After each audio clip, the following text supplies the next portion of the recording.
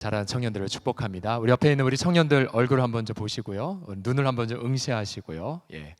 자, 눈을 보시고 이렇게 축복하겠습니다. 우리 주님은 날마다 당신에게 선을 베푸십니다라고요. 시작. 주님은 날마다 당신에게 선을 베푸십니다. 또 한번 이렇게 우리 옆에 있는 지체 축복하겠습니다. 이렇게 축복하죠. 당신이 기도하기 이전에 하나님은 응답하고 계십니다라고요. 시작. 당신의 기도하기 이전에 하나님은 응답하고 계십니다. 오늘 우리 찬양 너무 감사했고요. 또 우리 용정제의 기도 너무 감사했습니다. 요즘 우리 마음을 좀 감동시켜준 몇 가지 뉴스의 장면들이 있죠. 가령 아프가니스탄에 가서 내가 반드시 구해줄게라고 약속하고는 마침내 아프가니스탄을 다 버스에 태워서 한국에 오게 했던, 한 외교관이 아프간 현지인을 이렇게 꼭 포옹하는 장면, 뭉클한 아주 장면 중에 하나죠. 또 한 가지 장면이 있다면 지금 도쿄에서 열린 패럴림픽 경기인데요. 어제도 탁구에서 이렇게 메달을 땄다고 하지만, 예를 들어서 그 이브라임 하마두트라는 선수, 이집트 선수인데요. 10살 때 열차 사고로 두 팔을 잃었어요. 그런데 탁구를 통해 희망을 찾고는 이제 탁구채를 입에 문 채 딸과 함께 열심히 훈련하고 올림픽에 나와서, 글쎄 아마 저분과 경기하면 우리가 두 팔이 있어도 아마 이길 수는 없을 것 같아요. 그렇죠? 우리 한국 선수 중에 우리 김동현 농구 선수, UFC 선수가 아니라 농구 선수, 이분은 앞뒤에 장가 가셔서 두 자녀가 있는데 딸 아들을 상징하는 문신 혹은 저분의 그 등 번호 판을 통해서 열심히 올림픽을 지금 뛰고 있는 그런 분이십니다. 한 패럴림픽 홍보 영상 중에 이런 문구가 많이 와닿았어요. 뭐냐면 우리가 뭔가 한계를 넘어서다라는 그런 단어, beyond라는 단어에 스포츠를 넣어서 beyond sports, beyond sports라는 문구가 나왔어요. 그러니까 스포츠를 넘어선 어떤 감동과 희망, 또 어떤 용기를 패럴림픽을 통하여서 우리가 좀 볼 수가 있죠.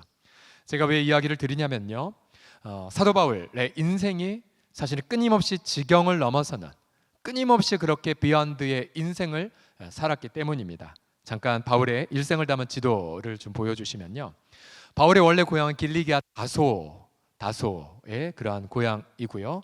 공부는 예루살렘에서 했고, 도중에 예수님을 이제 만났죠. 그리고는 주님이 그를 사용하셔서 지금으로 말하면 시리아, 터키, 그리스, 또 일루리곤, 지금 말하면 유고슬라비아까지 하나님은 바울을 사용하셨고, 또 급기야 바울은 지금 예루살렘에 가기 직전에 로마에 있는 이 교회 성도들에게 편지를 보내서 나 너희들 보고 싶다. 그러나 너희 넘어 다시 스페인 서바나까지 나아가고 싶다라고 그렇게 바울은 말하고 있어요. 그러면서 바울은 이제 내가 당신네 로마로 가게 되면은 이제 그리스도의 충만한 복을 가져갈 것이라고 확신을 하고 있습니다. 오늘 본문 15장 29절에 보시면 그리스도의 충만한 복, 그리스도의 복의 충만함을 가져갈 기라고 그렇게 말하고 있어요. 저는 그리스도의 충만한 축복을 빌어서 오늘 제 설교 제목 그리스도가 넘치는 행복을 가져왔는데요, 이렇게 요즘 말로 좀 바꾸고 싶어요. 뭐냐면 우리가 가서 패럴림픽을 통해 감동을 받았는데, 그리스도의 축복이 무엇이냐면 감동은 감동인데 뭐랄까요, 뭔가 정말 주님을 닮아가는 감동이라고 말할 수가 있겠고요. 또한 뭔가 어떤 희열인데 기쁨인데, 그런데 뭔가 그리스도가 높여진 어떤 기쁨, 우리가 지금 예배 시간에 경험하는 것처럼요. 또한 뭔가 행복인데 뭔가 그리스도가 느껴지는 그 행복을 가리켜 바울이 그리스도의 충만한 축복이라고 그렇게 설명했을 것 같습니다. 여러분, 우리도 마찬가지예요. 우리 사랑하는 청년들이 인생을 살아가면서 만약 우리가 그리스도의 충만한 축복을 날마다 경험하고 누리면 아무리 어려운 힘든 일이 있어도 쉽게 극복할 수가 있어요. 우리가 벌써 코로나 작년에 우리가 수련을 못했지만 재작년 수련회 때에 그때 숙소도 굉장히 좋았었고, 또 그때 또 방글라에서 우리 형제들도 오고 대만에서 형제들도 왔었고요. 또 우리 청년들이 그 당시에 방글라데시 가서 마음껏 복음과 사랑을 전하고, 그러면서 우리가 한 자리에 수련회에서 모였을 때에 우리 새내기들은 이제 경험을 못했겠지만 굉장히 감격스러웠잖아요. 그 자체가 너무 감사했고 너무 행복했고, 그때 음식도 맛있었고 주변 환경도 참 좋았었고, 또 우리 청년들이 또 유럽의 거룩한 발자취를 좇아서 그 비전 트립을 갔거나 또 방글라데시를 섬겼을 또 연희주를 섬겼을 때에 그때 그 섬기면서 경험한 어떤 희열, 기쁨, 감격, 감사, 여러분 한번 그런 감정들 한번 떠올려 보십시오. 저는 오늘 본문 말씀을 통하여서 바울 마음속에 이렇게 벅차오르는 고백들, 그리스도의 충만한 축복을 너희가 나누길 원한다. 우리가 이 축복을 경험하기 위해 세 가지의 스텝이 있는 것을 발견했어요. 첫 번째가 무엇이냐면요, 끊임없이 지경을 넘어서는 이 비욘드의 인생, 나의 한계 너머에서 나를 부르고 계시는 소명의식을 통해서 우리는 그리스도의 충만한 축복을 경험할 수 있답니다. 20절을 보시게 되면 바울의 인생의 좌우명역이 등장하는데요, 그가 늘 어떻게 살았냐면, 또 내가 그리스도의 이름을 부르는 곳에는 복음을 전하지 않기를 힘썼노니 이는 남의 터 위에 건축하지 아니하려 함이라. 기록된 바 주의 소식을 받지 못한 자들이 볼 것이요 듣지 못한 자들이 깨달으려 함과 같으니라고 말하고 있어요. 잠시 여러분들 혹시나 제가 마스크를 쓰지 않아서 염려하는 분들을 향해서 저는 금요일 날 2차 백신 맞고 2주가 지난 깨끗한 항체 복균자임을 천명하는 바입니다. 두려움 없이 제게 오셔도 됩니다. 네. 자, 그리고 다시 20절을 보시게 되면은, 그래서 바울은 언제나 예수님의 복음이 전해지지 않는 곳에 갔어요. 그 당시에 많은 유대인들은 복음은 유대인들만의 것이라고 한계를 지었어요. 그런데 믿지 않는 이방인들에게 복음을 전해서 예수님 만나고 성령을 경험하자 깜짝 놀랐었죠. 아예 사도 바울은 자신을 가리켜 이방인의 사도라고 그렇게 자신을 표현을 합니다. 우상 숭배했던 이방인들에게 복음을 전했더니 우상을 포기하고 예수님께 돌아왔고요. 로마 군인들이 회개하고 간수장들이 회개하고 귀신 들린 자들이 자유케 됐고 비즈니스맨들이 자신의 사업들을 오픈했어요. 그러니까 바울은 자신의 어떤 한계, 저 사람 믿지 않을 거라고 생각한 사람에게 복음을 전해서 그 사람이 영접할수록 그 영접한 현장에서 너무 큰 감격을 경험했던 거예요. 바울은 로마서 1장에서부터 로마 성도들과 그래서 만나고 싶었어요. 왜냐하면 새로운 교제를 통해 더 큰 기쁨을 맛볼 거기 때문에. 로마서 1장 12절을 보시면 이는 곧 내가 너희 가운데서 너희와 나의 믿음을 말미암아 피차 간에 서로 간에 안위, 즉 위로를 받을 것을 기대해서 나 너희 좀 빨리 만나고 싶다라고 말하고 있어요. 그 저희 집에 우리 이용재 선교사 아버님이 선물해 주신 호금조라는 새 한 마리가 살고 있어요. 우리 저희 집에 메추라기 2마리, 그다음에 거북이 2마리, 또 온갖 그런 생물들이 살고 있는데 하나님 형상을 닮은 인간들 5명과 더불어 제가 호금조 아마 처음 본 친구들도 있을 것 같아요. 호금조 아롱이. 그런데 저희 아이들이 보통 이제 새장 안에 살다가 저희 아이들이 오후만 되면 새장 안에 손을 쫙 넣어서 호금조를 부드럽게 잡아서 베란다에 풀어줘요. 그런데 호금조는 새장 안에서 자신에게 손이 다가올 때 피하죠. 그리고 도망가고자 해요. 그러나 막상 우리 아이들이 부드럽게 잡고 베란다에 풀어주면 이 새는 베란다에서 너무너무 좋아해요. 나무 뒤에 숨고 땅을 거닐기도 하고 또 본인이 원하는 곳에 막 가요. 하루는 풀어줬다가 사라졌어요.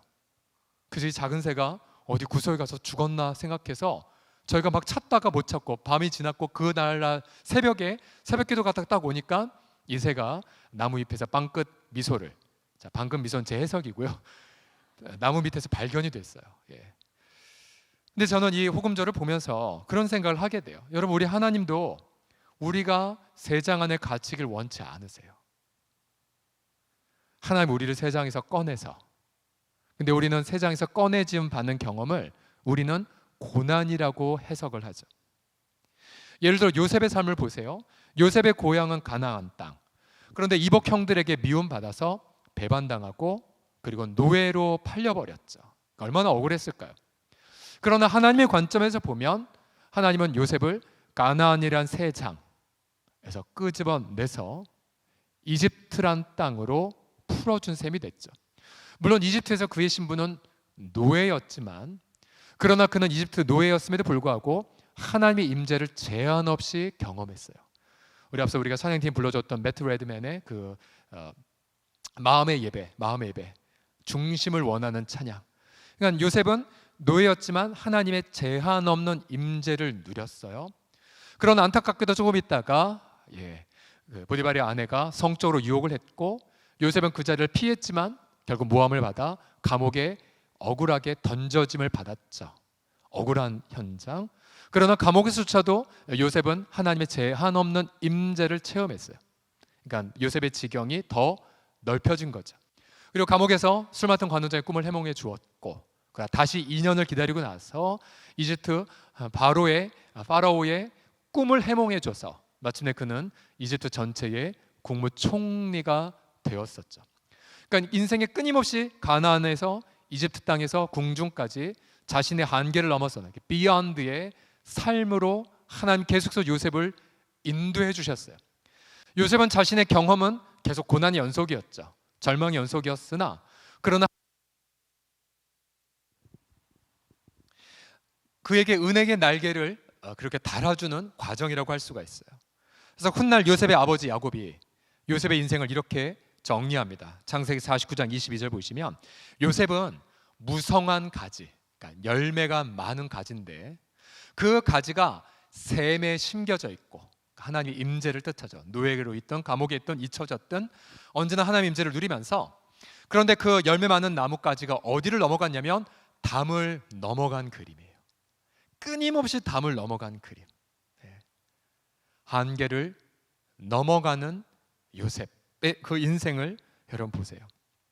제가 좋아하는 구절 중에 하나가 말라기서에 보게 되면, 구약의 가장 마지막 책인 말라기에 보면 이런 구절이 있어요. 보세요. 너희는 눈으로 보고 이르기를 여호와께서는 이스라엘 지역 밖에서도 크시다 하리라는 표현이에요.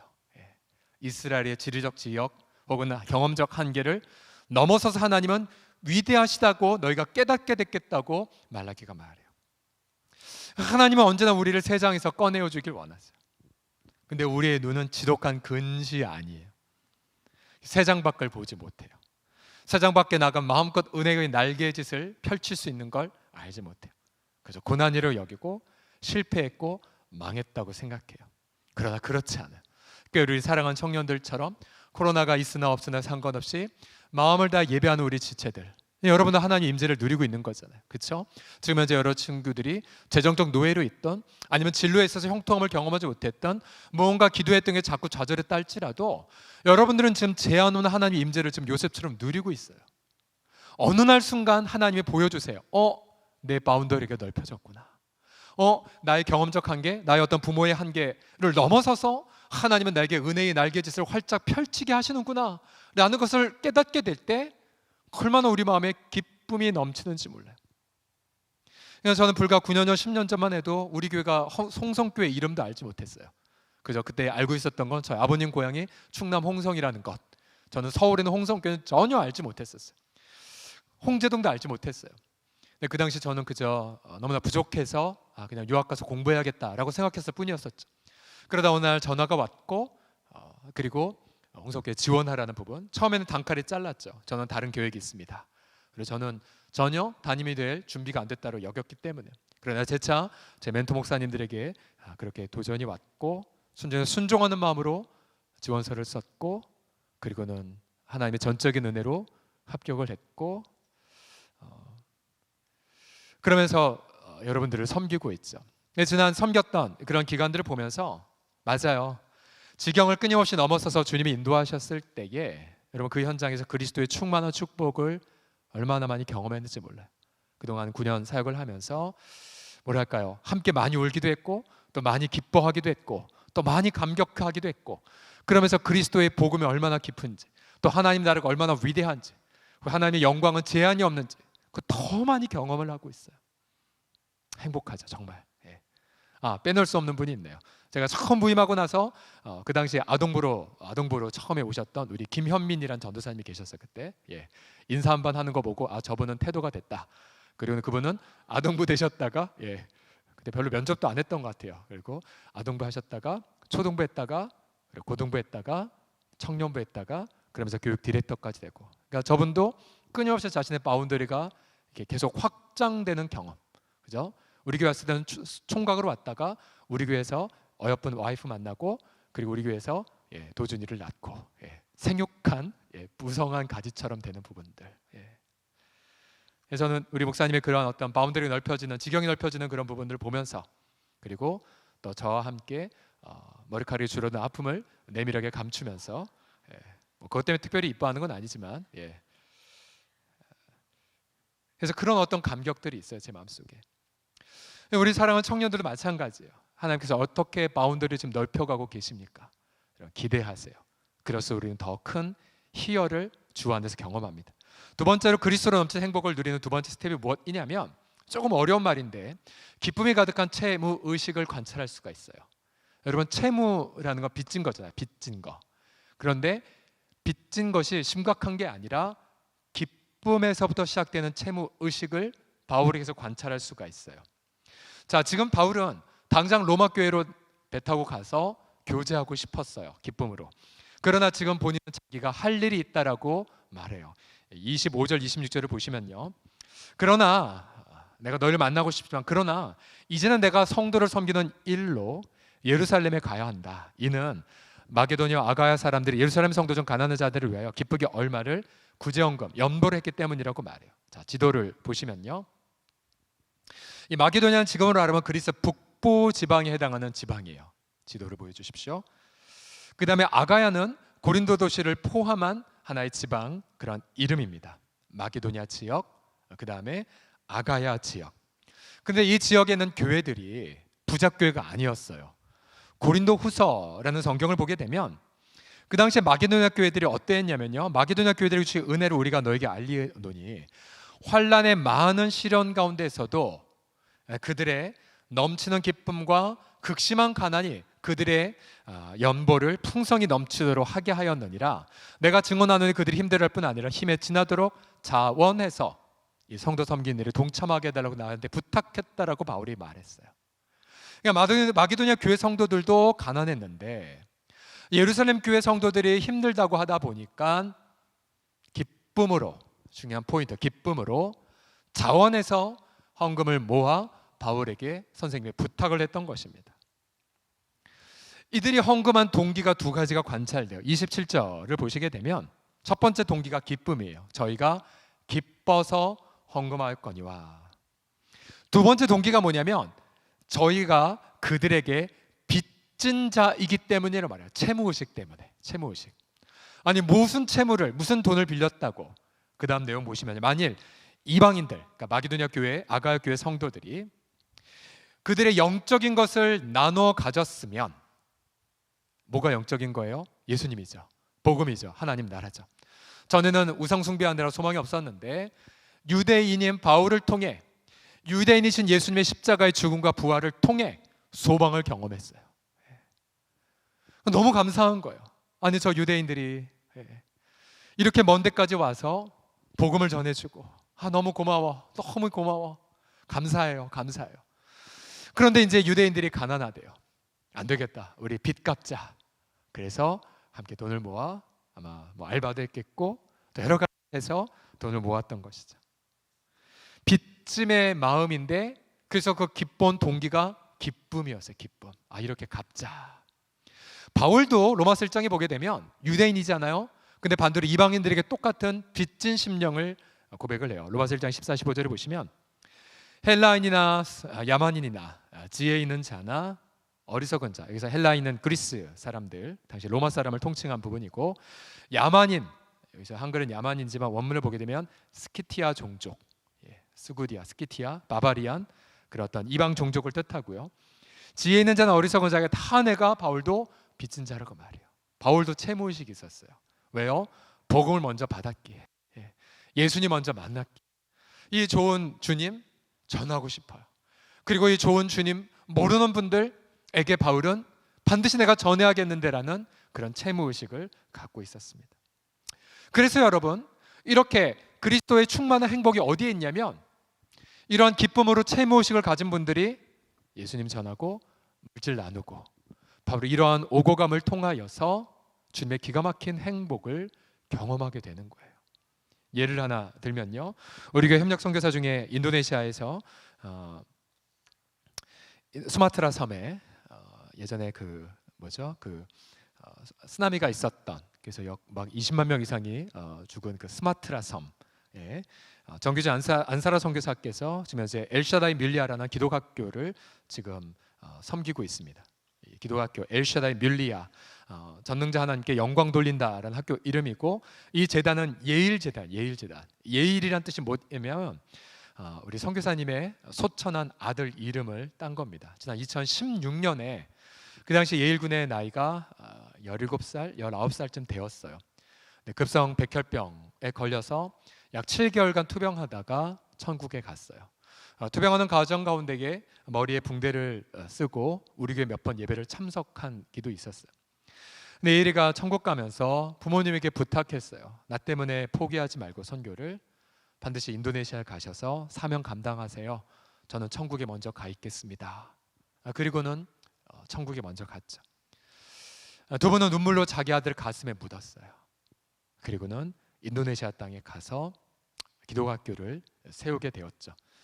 이번 학기에, 그래서 처음에 유치원부터 시작되는 학교가 이번 2021년도 이번 2학기 때에는 해마다 계속 학생 수가 배가가 돼서요. 유치원 학생이 72명, 초등학생이 438명.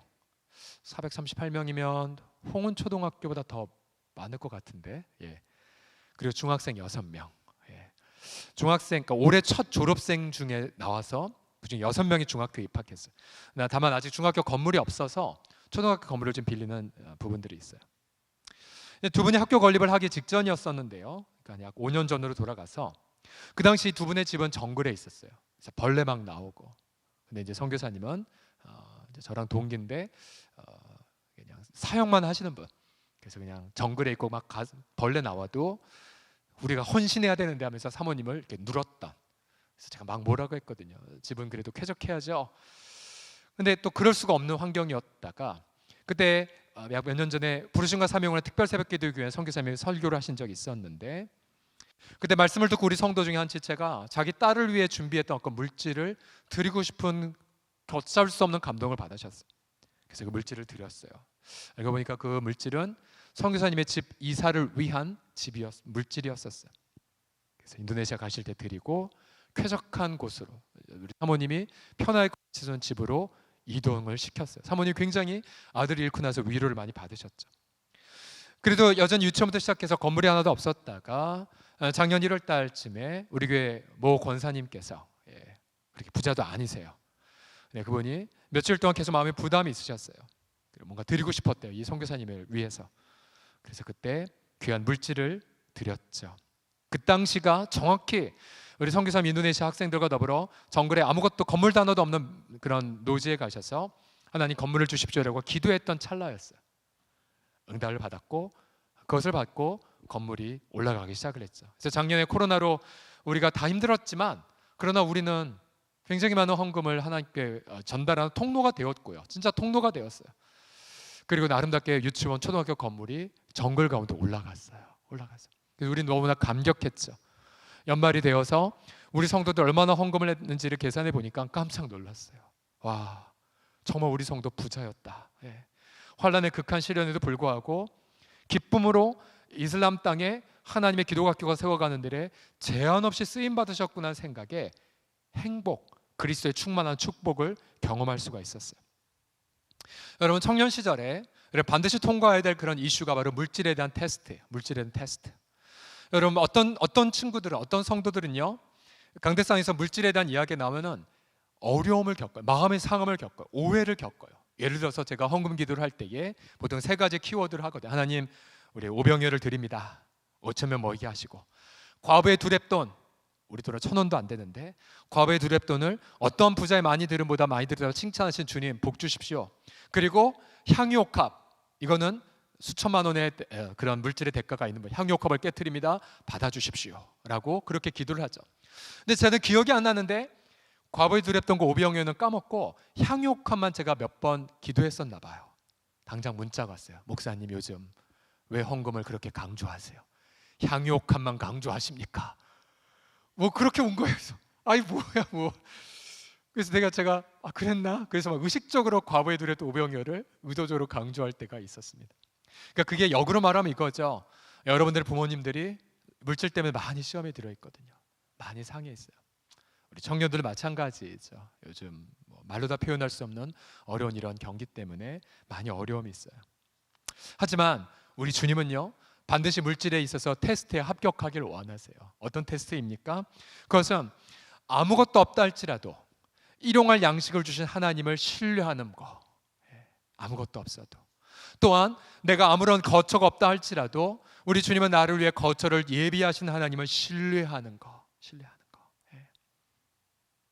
우리 교회 목사님이 이번 지금 이사 오기 전에 이 집, 그 전에 이제 갑자기 집주인이 들어온다고 해서 나가라고 했을 때에 굉장히 염려된 상황이었거든요. 집은 너무 많이 다들 올라가서 너무 구하기 어려운 상황. 정말 저희가 간절하게 기도하고 공동체로 간절히 기도했었을 때 교회 목사님은 단 한 번도 마음의 어려움과 또 힘듦과 또 이 사회의 이 미친 부동산 가격에 대한 원망의 말을 한 번도 한 적이 없었어요. 그냥 이 말만 한마디 했어요. 하나님이 걸 믿어요라고요. 하나님이 공급하십니다. 하나님이 그러한 그 신실한 고백을 받으시고 지금 집으로 이사를 온 거죠. 이사 온 거예요. 예. 잠깐 우리 청년들 좀 새로 이사 온 집에 혹시 쳐들어 가셨나요 혹시? 아직 안 갔어요? 임원들 안 갔어요 혹시? 근데 사모님 생일 챙겼어요 혹시? 아직도 안 챙겼어요? 몰라요? 방역 지키려고? 예. 이럴 땐 방역 안 지키고 죄송합니다. 이거 삭제해 주십시오. 어쨌든 좀 이렇게 해야지 좀. 예. 그래서 어쨌든 그런 입술의 고백을 하나님이 기뻐 받으세요. 기뻐 받으세요. 주님은 오늘 본문에서 말해요. 가난한 자들을 위하여 기쁘게 얼마를 연보하였습니다. 저희가 기뻐서 하였거니와. 그래서 여러분 우리 청년 시절에 수중에 몇천 원 몇백 원 없어도 신실하게 11조를 드리는 훈련 반드시 하셔야 돼요. 지금 통과하지 못하시면 나중에 하나님이 더 많은 걸 맡기셨을 때 더 어려울 수 있을 거예요. 그러나 아무것도 없을 때에 내 전부 드리는 거 너무 쉬워요. 아무것도 없어도 정확하게 몇 원 단위로 잘라서 11조. 그러나 내가 좀 위에 있기 위해서 올림을 해버려서 여유 있게 11조를 하는 훈련. 그리고 내가 정말 부족하다 할지라도 선교 사역을 위하여 또 복음 사역을 위해 나의 정말로 아무것도 아닌 것을 드리는 그 마음. 때로는 너무나 액수가 부족해서 이걸로 뭘 아니에요. 우리 주님은 과부의 두렙돈을 어떠한 부자에 많이 드리면서 더 많이 드려놓으라고 칭찬하셨거든요. 여러분 주님이 돈이 없어서 헌금 생활의 훈련을 시키신 게 아니에요. 우리 주님 우리의 마음의 태도와 중심을 보시고 너 내가 많은 거 맡기었을 때 너 그때 네 힘으로 벌었다라고 여기지 않을 수 있겠느냐. 또 내가 많은 걸 맡겼을 때 내가 투명하게 집행할 수 있겠느냐. 여러분 그런 훈련에 합격하셔야 돼요. 맡기셔야 돼요. 그래서 제가 가난한 동네도 사역해봤고 정말 부자 동네도 사역해봤지만 여러분 외적으로 부자라고 해서 주 앞에 많이 드는 거 아니더라고요. 반대로 부족함에도 불구하고 세상적 관점에서 부족하지만 하나님 앞에 드리는 것엔 제한이 없으시더라고요. 언제나 하나님은 부자세요. 이 땅의 모든 것들이 다 주님의 것이에요. 주님 말씀 한번 하시면 세상의 물질들이 다 하나님의 영광을 위해 쓰임받을 것뿐이에요. 그래서 우리는 언제나 우리의 중심을 하나님 앞에 바쳐야 되죠. 그래서 여러분들 언제나 우리가 하나님 앞에 복음 앞에 헌신하신 분들을 위하여 우리 영적인 채무의식을 갖는가. 때로는 우리의 청년들의 삶 속에서 가장 하나님 앞에 드릴 귀한 가치 있는 것이 있었어요. 그것이 무엇이냐면 우리는 물질이 없지만 그러나 물질보다 더 소중한 가치가 있어요. 그건 시간이에요. 시간. 나의 시간을 지금 이 시간 여러분들이 예배로 드리는 것처럼 시간을 주 앞에 드리는 거. 또한 나의 중심을 주님을 향한 사랑의 마음에 그렇게 드리는 그런 삶들. 청년 시절에 그렇게 마음껏 우리 주 앞에 드려보세요. 우리 주님은 말씀하세요. 우리 주 예수 그리스도의 은혜를 너희가 알거니와 부요하신 이로서 너희를 위하여 가난하게 되시면 그의 가난함으로 말미암아 너희를 부요하게 하려 하심이라. 아멘. 여러분 이 놀라운 말씀을 여러분 체험해 보십시오.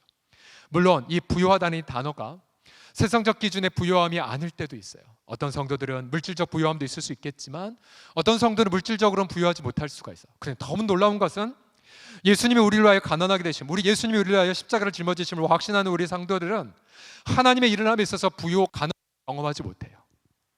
언제나 하나님이 채워주심, 언제나 하나님이 신실하게 인도해 주심. 제 멘토 우리 교수님 중에 한 분이신 우리 대구 동신교회 권성수 목사님 이제 은퇴를 하셨는데요.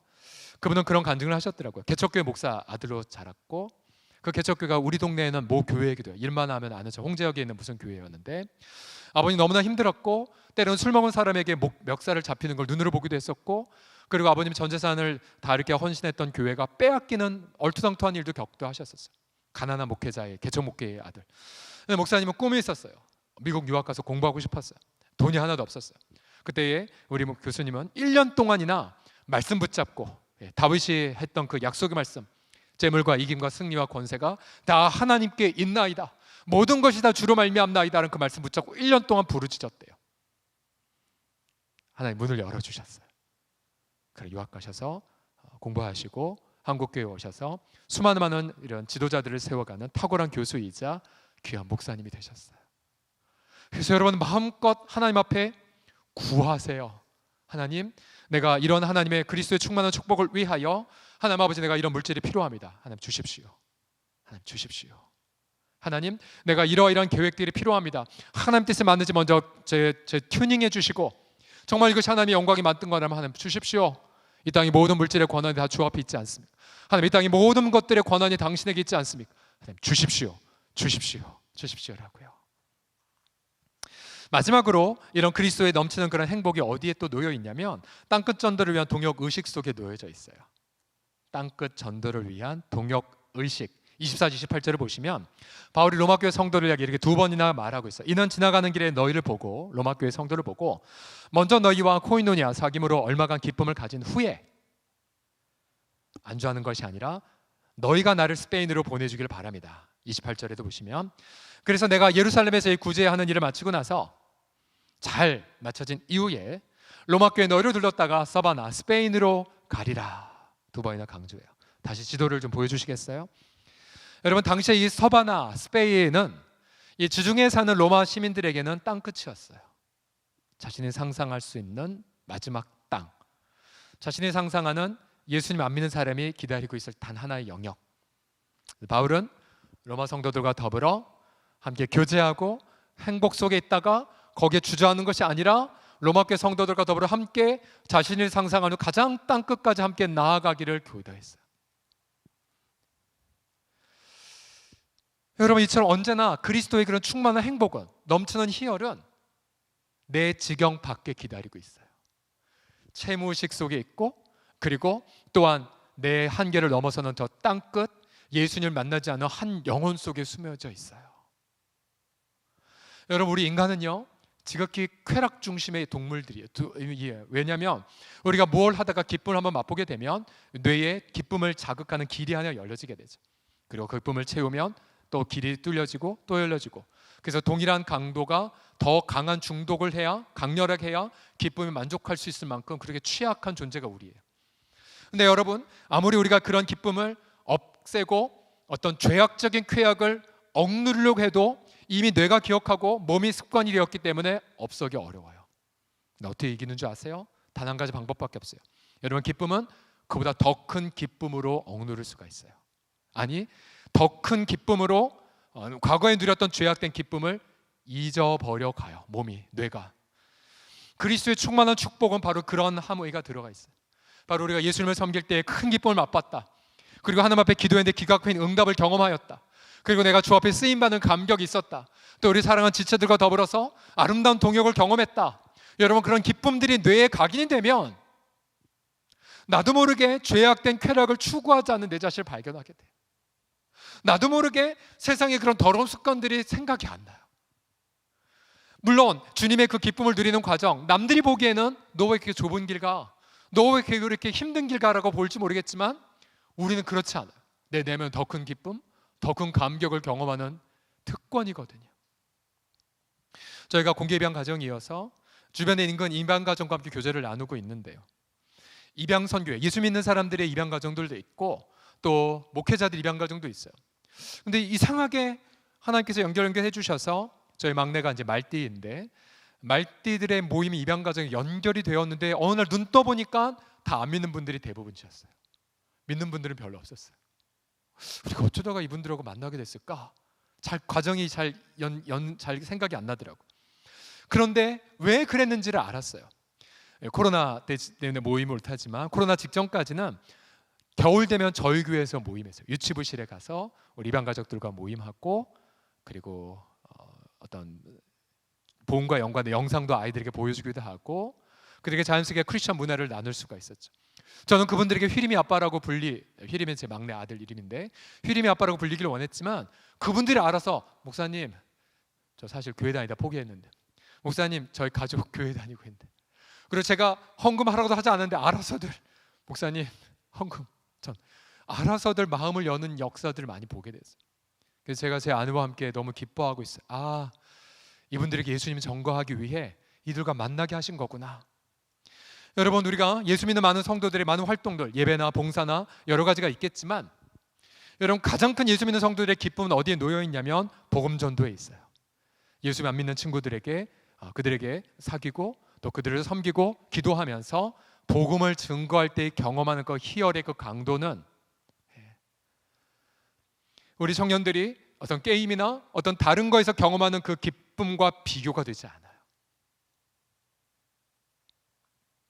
그래서 우리는 끊임없이 내게 안주하지 않고 담대하게 땅 끝까지 나아가 복음을 증거하는 것에 힘쓰게 될 수밖에 없어요.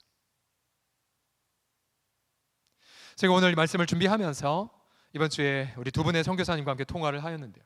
우리 이웅재 선교사님, 우리 청년들 간에 많은 친구들이 방라 가서 함께 복음을 증거하고 섬겼는데요. 여러분, 그때 그 감격 잊을 수가 없지 않습니까? 근데 지금 현재 이웅재 선교사님은 성경교회 사역을 올해 마무리하시고 새로운 도시로 가실 준비를 하고 계시대요. 지금 현재 다카시의 노야건즈라는 마을에서 성경교회 코칭 센터를 잘 아름답게 섬기셨는데 이제 선교사님이 기도하시는 도시는 다카 시내에서 1시간 정도 밑으로 내려오시면 도시를 까먹었어요. 지도 보여주세요. 나라양 간지, 이름도 어려운데 나라양 간지 황마 산업으로 유명한 항구 도시래요. 그곳에 가서 우리 글로리아 신학교 신학생들과 더불어 좀 개척을 하신대요. 1월부터 개척을 시작하신다고 말씀하셨어요. 좀 성경교회는 다른 선교사님께 맡겨드리고요. 사실 이웅재 선교사님 정도라면 신학교 사역으로도 완주할 수 있었는데 오히려 새로운 성경교회를 8년 전에 개척하셨고요. 또 좀 성경교회만으로도 얼마든지 간증거리가 될 수 있는데 그건 내려놓고 새로운 도시로 가고 계세요. 의무감 때문에 아니에요. 기뻐서예요. 기뻐서요. 이제 우리 코로나 열려지게 되면 우리 방글라 가셔야 돼요. 우리 청년들이 가셔서 다음 세대 섬기고 특별히 우리 청년들이 위로 깊게 할 수 있는 부분들이 우리 다음 세대를 잘 섬길 뿐만 아니라 의료사역의 효과적인 간호사 자원들이 아니실까 여러분들이. 그렇죠? 우리가 도야건지의 의료사역을 벌써 한 8번 정도 진행을 했는데요. 우리 입장에서는 한 번이지만 도야건지 마을 입장에서 보면은 1년 중에 한 번을 그날을 손꼽아 기다려요. 언제 한국에서 의사 오시냐고. 그리고 갔던 우리 팀원들 20명이 단 한 분의 의사 선생님을 돕기 위한 동선을 다 짜서 이 지방 1층부터 이렇게 챙기는 그런 부분들을 감당하죠. 특별히 우리가 한번 섬길 때마다 그 도야건지 밑에 이렇게 시장이 있는데요. 소위 말하는 어깨들 괜히 눈 부리끼고 괜히 주먹 쓰시는 어깨들. 과학 우리가 친구이지 않습니까? 그래서 우리 교회 몇몇 집사님들은 이제 가시면 사역이 뭐냐면 어깨 만나는 사역을 하세요. 그래서 위에서는 주일학교 사역, 코칭센터 사역 그리고 의료 사역 하시면 이분들은 내려가셔서 시장 상인들과 노세요. 어깨들과 교제하세요. 그러면 그 어깨들이 우리를 지켜주더라고요. 이제 우리가 나양간지에 가서 이제 새로운 이런 또다시 사역을 감당해야 돼요. 자, 여러분 지금부터 준비하셔야 돼요. 제가 최기영 선교사님과도 함께 통화를 했었는데요. 이분도 작년에 크레오바 수망교회를 건축을 했어요. 역시 건축 가운데 우리 몇몇 성도들이 헌신을 하셨죠. 그리고 영농센터에서도 올해도 역시 토마토 등을 통해서 많은 재배, 풍성한 수확의 열매가 있었어요. 작년에도 제 기억이 정확하다면 약 4천만 원의 수익을 거두셨는데 올해도 그와 비슷한 수익을 거두셨대요. 그럼 그거 가지고 현지인들 돕고 구제 사역하시는 일들, 기가 막힌 일들 하셨죠. 영농센터, 소망교회 사역 그리고 최경영 선생님의 연배 지금 70이 훨씬 넘으셨는데 여러분 그 정도면 안주하시고 그저 편하게 간증하실 수가 있으실 거예요. 근데 선교사님은 거기에 안주하지 않으셨어요. 이제 크레오바를 내려놓고 또다시 새로운 도시로 가기 위해 좀 기도하고 계세요. 아누치노라는 그런 도시인데요. 잠시 지도를 보시면 우리 한반도 사이버즈보다 더 큰 연해주 저 땅에서 블라디보스톡 비행기 타고 가서 다시 1시간 반 정도 우스리스크로 가면 우스리스크가 슬픈 곳이죠. 우리 고려인들이 1930년대에 저기서 열차 타고 강제로 그렇게 중앙아시아로 갔던 홍범도 장군 또한 저곳에서 강제 열차를 탔던 지역이죠. 슬픔의 장소. 근데 다시 우스리스크에서 다시 한 4, 50분 정도 올라가면 크레모바라는 땅 굉장히 작은 마을, 1,000명 정도밖에 살지 않는 마을인데 그곳에는 영농센터 소망교회를 섬기셨던 거예요. 이제 그것을 다 내려놓고 옆에서 1시간 10분 정도 차를 타고 와서 아누치노라는 도시, 지도의 저 위에 가면 찌카로프카라고 박준남 선교사님 내외가 이번에 새로 개척할 도시는 저기 위에 있어요. 아누치노에 가서 새롭게 땅과 집을 알아보고 계세요. 저한테 부탁하셨어요. 목사님, 제 뒤를 이어 선교사 보내주십시오. 그리고 이 개척할 이 교회는 저희 후임을 위한 것입니다라고 말씀하고 계세요. 70이 훨씬 넘으신 분이. 저는 너무 행복해요. 여전히 70이 넘고 인생 은퇴했지만 안주하지 않고 여전히 꿈을 꾸며 하나님의 제한 없는 일하심에 쓰임받는 여러분들의 선배들이 우리에게 생생한 모델을 주시기 때문에, 그래서 여러분들도 언제나 그런 꿈을 꾸셔야 돼요. 여러분들이 결코 세장 안에 갇혀 계지 마세요. 여러분 절대로 여러분이 지금까지 어떻게 공부해왔던 것, 여러분의 부모님의 재력이 어떠하든 또 내 인생이 지금 어떻게 살았든지 간에 여러분이 만물보다 크신 예수님을 모시고 산다면 여러분 만물보다 더 크신 하나님의 그 영광을 위해 쓰임받을 준비가 다 맞춰주신 거예요. 그래서 여러분, 우리 사랑하는 청년들이 그렇게 일평생 예수님의 영광 앞에 제한 없이 쓰임받는 그 기쁨, 그리고 나의 질그릇에 불과한 내 인생 속에 제한 없는 예수님의 그 성품을 드러내는 삶, 그래서 정말로 그리스도의 그 희열과 기쁨과 소망을 더 충만하게 이웃들에게 감동으로 전해주는 우리 사랑하는 청년들 다 되기를 예수님의 이름을 간절히 축복합니다.